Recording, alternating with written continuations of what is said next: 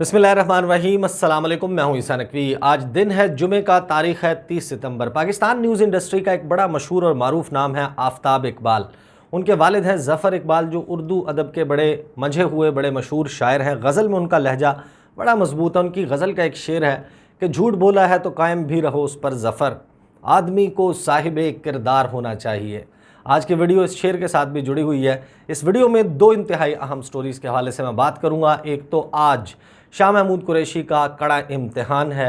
वो मेज़बान होंगे डेनमार्क के वज़ीर ख़ारजा जेप कोफोड के। ये किस तरीके से उनके लिए और हुकूमत के लिए एक कड़ा इम्तिहान है। 30 सितंबर और 1 अक्टूबर को अहम मुलाकातें होंगी डेनमार्क के वज़ीर ख़ारजा की। एक तो इसके हवाले से बात करेंगे, लेकिन आगाज़ में बात करेंगे भारत की, जिसने पाकिस्तान के हवाले से एक बड़ा यू टर्न लिया है। और उर्दू की मिसाल है अपना थूका हुआ चाटना। भारत ने जो कुछ किया है वो बिल्कुल ऐसे ही है जैसे बंदे ने खुद थूक कर चाटा हो। भारत क्या करता रहा पाकिस्तान के हवाले से, दहशतगर्दी को पाकिस्तान के साथ जोड़ने में भारत की इन्वेस्टमेंट किसी से ढकी छुपी नहीं है। पाकिस्तान को पूरी दुनिया के सामने दहशतगर्दी का मरकज़ कहने वाला, एपी सेंटर कहने वाला भारत पाकिस्तान में अपने सिक्योरिटी हुकाम भेज रहा है इंसदादे दहशतगर्दी की मशकों में हिस्सा लेने के लिए। पाकिस्तान में होने जा रही हैं ज़िला नौशहरा में, पब्बी के इलाके में। ये जो एक्सरसाइजेज़ हैं 3 अक्टूबर से इनका आगाज़ होगा और इसमें फ़ौजी शरीक नहीं होंगे, लेकिन जो शंघाई ताउन तंजीम के रुकन ममालिक हैं उनके सिक्योरिटी हुक्काम शरीक होंगे। और बहुत ही अहम एक्सरसाइजेज़ हैं। इसमें क्या होने जा रहा है, लेकिन इससे पहले ज़रा एक छोटा सा मंजरनामा मैं आपके सामने रख देता हूँ कि भारत पाकिस्तान के हवाले से पूरी दुनिया को ये बताता रहा कि पाकिस्तान एपी सेंटर है टेररिज्म का।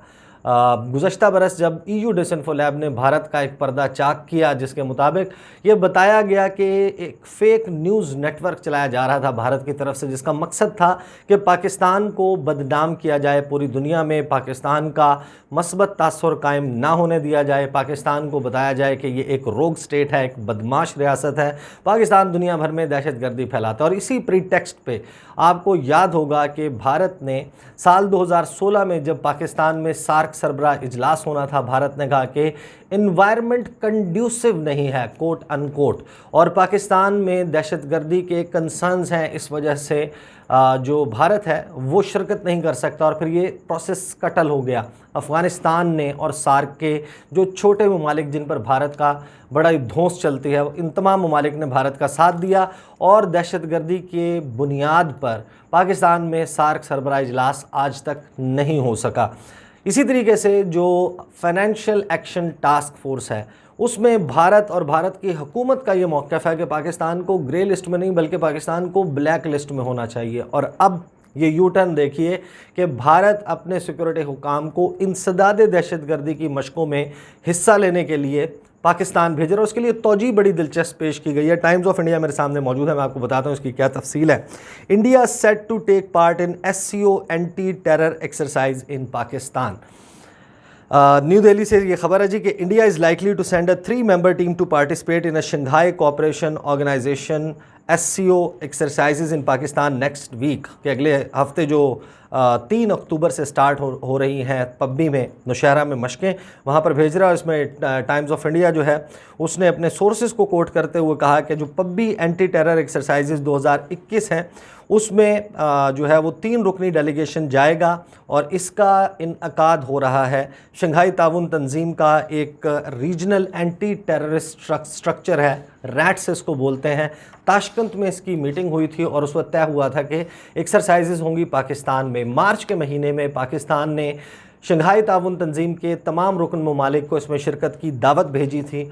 तमाम ममालिक ने पाकिस्तान में इन एक्सरसाइजेज में शिरकत करने की हामी भरी थी। बहुत पहले उन्होंने ऐलान कर दिए थे, लेकिन उसके बाद से भारतीय मीडिया में सोर्सेज को कोट करते हुए बार बार ये खबरें लगाई गई कि पाकिस्तान से क्योंकि दहशतगर्दी होती है, पाकिस्तान एक दहशतगर्द मुल्क है, लिहाजा हम भारत जो है वो इन एक्सरसाइजेज में शिरकत नहीं करेगा। लेकिन फिर इन्होंने यू टर्न लिया और 30 सितंबर को अब ये इतला आई है कि भारत अपनी सिक्योरिटी टीम यहाँ पर भेज रहा है और फिर इन्होंने एक तौजीह पेश की कि हम क्यों इन एक्सरसाइजेस में पाकिस्तान में हिस्सा ले रहे हैं। The government believes its participation in the exercise and SCO event will not in any way dilute its position that Pakistan continues to promote cross-border terrorism. India's presence, though, will be seen as a sign of the importance it attaches to the role of the Central Asia focused regional bloc in security related issues, especially in Afghanistan. के भारत जो है वो तो शिरकत इस वजह से कर रहा है क्योंकि भारत शंघाई ताउन तंजीम को बड़ी अहमियत देता है। अगर ये बात भारत की मान ली जाए कि वो SCO की वजह से इन एक्सरसाइजेज में शिरकत करने पाकिस्तान आ रहा है, तो 2016 से अब तक पाकिस्तान जो कहता रहा कि भारत सार्क का जो प्रोसेस है, south Asian association for regional cooperation, उसको अहमियत नहीं देता। भारत यहाँ पर अपनी इजारादारी रखना चाहता है और वो नहीं चाहता कि ख़ित्ते में इन ममालिक के दरमियान ताउन हो। ताउन के बजाय और इक्वल पार्टनर्स के बजाय भारत चाहता है कि उसको चौधरी तस्वुर किया जाए।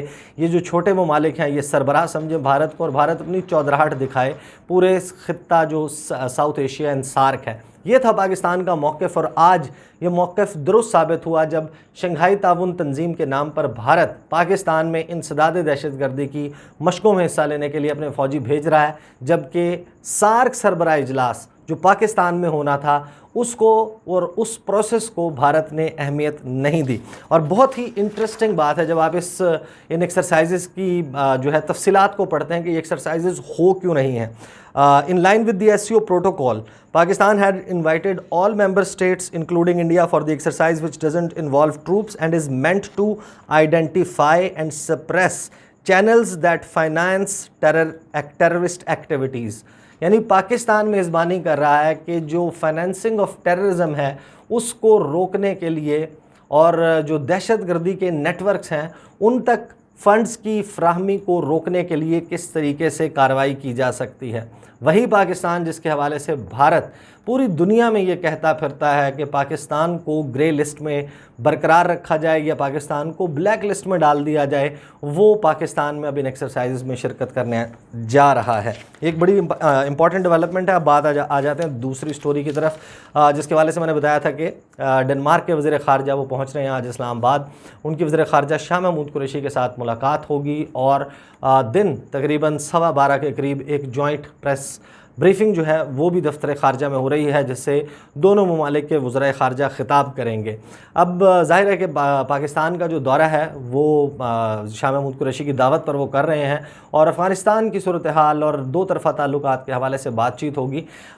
एक चीज़ आपने नोट की होगी कि 15 अगस्त के बाद से, जब से अफ़गानिस्तान में तालिबान ने कंट्रोल हासिल किया, काबुल पर कब्ज़ा हुआ तालिबान का, तालिबान वहाँ पर आकर बैठ गए, उसके बाद से तकरीबन 13 से ज़ायद सरबराहान मुमलिकत या सरबराहान हुकूमत उन्होंने वज़ीर-ए-आज़म इमरान ख़ान से रब्ता किया, पाकिस्तान से मदद मांगी अफ़गानिस्तान की सूरत हाल पर। इसी तरीके से 25 से ज़ायद वज़राए ख़ारजा उनकी टेलीफ़ोन के ऊपर पाकिस्तान के वज़ीर ख़ारजा के साथ गुफ्तगू हुई और 6 वज़राए ख़ारजा ने अब तक पाकिस्तान का दौरा किया। ये 7वें वज़ीर ख़ारजा हैं जो पाकिस्तान आ रहे हैं और इन तमाम ममालिक ने पाकिस्तान से रिक्वेस्ट की कि अफ़गानिस्तान में हमारे लोग फंसे हुए हैं, ये मर जाएंगे, इनकी जान को ख़तरा हो सकता है, इनके इनखला में पाकिस्तान ताउन करे।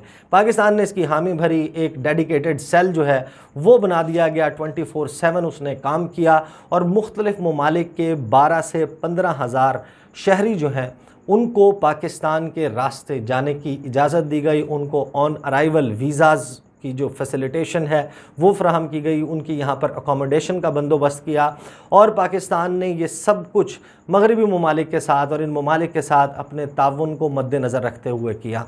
और इन ममालिक ने क्या पाकिस्तान की पीठ में छुरा घोंपा, आपके सामने एग्जाम्पल्स मौजूद हैं। जिस तरीके से न्यूज़ीलैंड की क्रिकेट टीम का दौरा मनसूख हुआ पाकिस्तान का, उसमें किस तरीके से बरतानिया का और अमेरिका का किरदार था। फिर बरतानिया की क्रिकेट टीम ने, जिनके वज़ीर ख़ारजा ने सबसे पहले वज़ीर ख़ारजा शाह महमूद कुरैशी को टेलीफ़ोन किया था और पाकिस्तान का दौरा किया था, बरतानिया जो है उसने भी पाकिस्तान का जो उसकी क्रिकेट टीम है उसने दौरा मनसूख कर दिया। इसी तरीके से जो फाइनेंशियल एक्शन टास्क फोर्स है, ज़ाहिर है कि उसका अभी इजलास होना है, लेकिन वो मामला जूं का तू है। लेकिन उस दौरान हमने देखा कि जो यूरोपीय पार्लियामेंट है वहाँ पर अफ़गानिस्तान के मामले पर एक करारदाद पेश की गई और पाकिस्तान को उसमें निशाना बनाया गया और GSP+ स्टेटस जो है पाकिस्तान का, जनरलाइज सिस्टम ऑफ प्रेफरेंसेस, जिसके तहत पाकिस्तान को बिलियंस ऑफ डॉलर्स का फ़ायदा होता है। पाकिस्तान की यूरोपीय मंडियों तक जो है वो आसान रसाई में मदद देता है ये GSP+ स्टेटस। इसको वापस लेने के हवाले से एक करारदाद पास की गई, अगरचे ये एक बाइंडिंग रेजोल्यूशन नहीं थी कि इसके ऊपर अमल दरामद जो है वो बाइंडिंग नहीं है, लेकिन एक राह जो है वो हमवार की गई पाकिस्तान के हवाले से। इसी तरह आपको मालूम है कि जब कांग्रेशनल हेयरिंग हुई, अमरीकी वज़ीर ख़ारजा अमेरिका के भी पाकिस्तान ने मदद की, तो इन तमाम ममालिक की मदद की और सिले में पाकिस्तान को क्या मिला वो आपके सामने। अब ये एक अपॉर्चुनिटी थी, मैं अपनी अक्सर वीडियोज़ में तस्करा करता रहा कि अफ़गानिस्तान में अब जो सूरत हाल बनी है उसके बाद पूरी दुनिया पाकिस्तान के साथ राब्ते में है और ये वो मौका है जब इस सूरत हाल को इस्तेमाल करते हुए पाकिस्तान इन ममालिक के साथ अपने जो ताल्लुकात हैं उनको बढ़ाए और आलमी फोरम्स पर इन ममालिक से हिमायत ले। वो हिमायत ज़ाहिर है कि उस तरीके से मिलती हुई नज़र नहीं आई। इंसिडेंट्स मैं गिनवा चुका हूँ कि क्या कुछ हुआ पाकिस्तान के साथ। और अब जो डेनमार्क के वज़ीर ख़ारजा आ रहे हैं पाकिस्तान, मेरी चंद लोगों से बात हुई जो इस दौरे को देख रहे हैं कि एग्जैक्टली करने क्या आ रहे हैं। वो 3 से 4 मामलात पर बात करने आ रहे हैं। एक तो वो चाहते हैं कि अफ़गानिस्तान की सूरत हाल पर ज़ाहिर है कि वो एक रीडिंग लेने आ रहे हैं कि एग्जैक्टली चल क्या रहा है, पाकिस्तान इसके हवाले से क्या समझता है।